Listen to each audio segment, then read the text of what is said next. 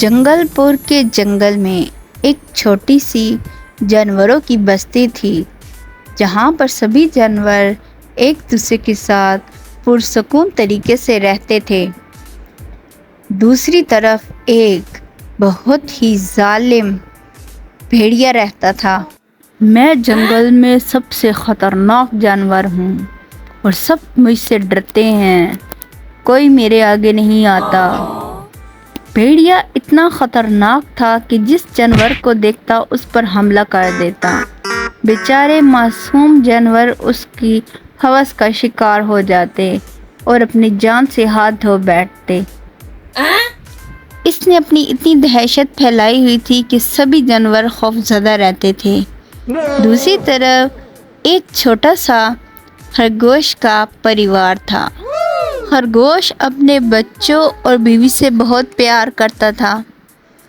خرگوش کا بیٹا بڑا ہو چکا تھا اور وہ اس سے کہتا ہے، پاپا اب میں بڑا ہو گیا ہوں، مجھے پڑھائی کرنی ہے، مجھے ڈوبو انکل کے پاس لے جائیں۔ ٹھیک ہے میرے بچے، میں تمہیں ڈوبو انکل کے پاس چھوڑ آؤں گا۔ خرگوش اپنے بیٹے کو لیتا ڈوبو کے پاس پہنچ جاتا ہے اور اسے کہتا ہے، ڈوبو میرا بیٹا بڑا ہو گیا ہے، اب تمہاری ذمہ داری ہے کہ تم اس کو پڑھا لکھا کر ایک اچھا انسان بناؤ۔ ڈوبو کہتا ہے، تم فکر نہ کرو میرے دوست، میں تمہارے بیٹے کو ایک اچھا انسان ضرور بناؤں گا، کچھ دنوں تک اس کو آ کر لے جانا۔ ڈوبو انکل آپ سے مل کر مجھے اچھا لگا۔ ایسے ہی کچھ دن گزرتے ہیں۔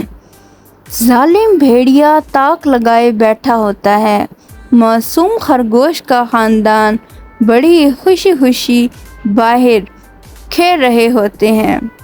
ظالم بھیڑیا آتا ہے اور ان پر جم کر دیتا ہے، حملہ کرتا ہے سب پر باری باری اور سب کو ایک ایک کر کے مار ڈالتا ہے۔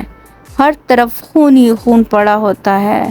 بیچارہ خرگوش کا خاندان ختم ہو چکا ہوتا ہے اور یہ سب اوپر بیٹھا میری دیکھ رہا ہوتا ہے۔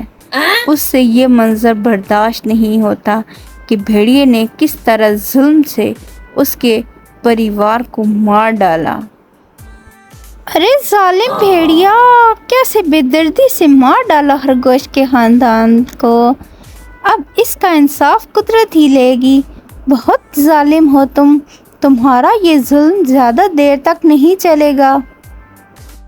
ایسے ہی کچھ دن گزرتے ہیں۔ خرگوش اپنی پڑھائی مکمل کر کے اپنے گھر واپس آتا ہے تو وہ دیکھتا ہے کہ ہر طرف خون کے داغ پڑے ہیں۔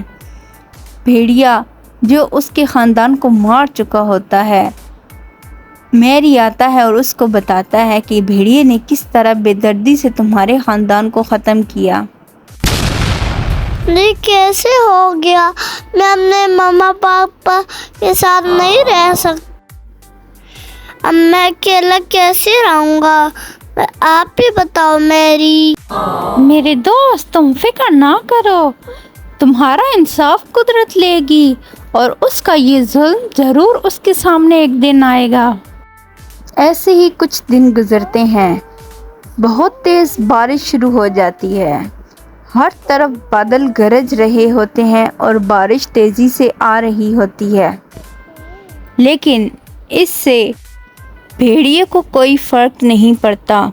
وہ تیز بارش میں اپنی ہمت جٹائے جا رہا ہوتا ہے کھانے کی تلاش میں۔ بھیڑیا چل رہا ہوتا ہے، بارش اتنی تیز ہوتی ہے کہ بھیڑیا ڈوبنے لگ جاتا ہے۔ آخر کار بھیڑیے کے دل میں خوف آ ہی جاتا ہے اور وہ مدد مانگنے کے لیے ایک گفا کے پاس جاتا ہے اور کہتا ہے، دروازہ کھولو، دروازہ کھولو، میں ڈوب جاؤں گا، دروازہ کھولو، کوئی میری مدد کرو۔ ڈوبو بھالو باہر نکلتا ہے اور اس کو کہتا ہے، چلے جاؤ یہاں سے، کوئی جگہ نہیں ہے تمہاری یہاں رہنے کی، تمہارے ظلم سے ہم سبھی تنگ ہیں، تم نے میرے بچوں کو بھی ایسے ہی مار دیا تھا، چلے جاؤ یہاں سے۔ ڈوبو دوسرا دروازہ کھٹکھٹاتا ہے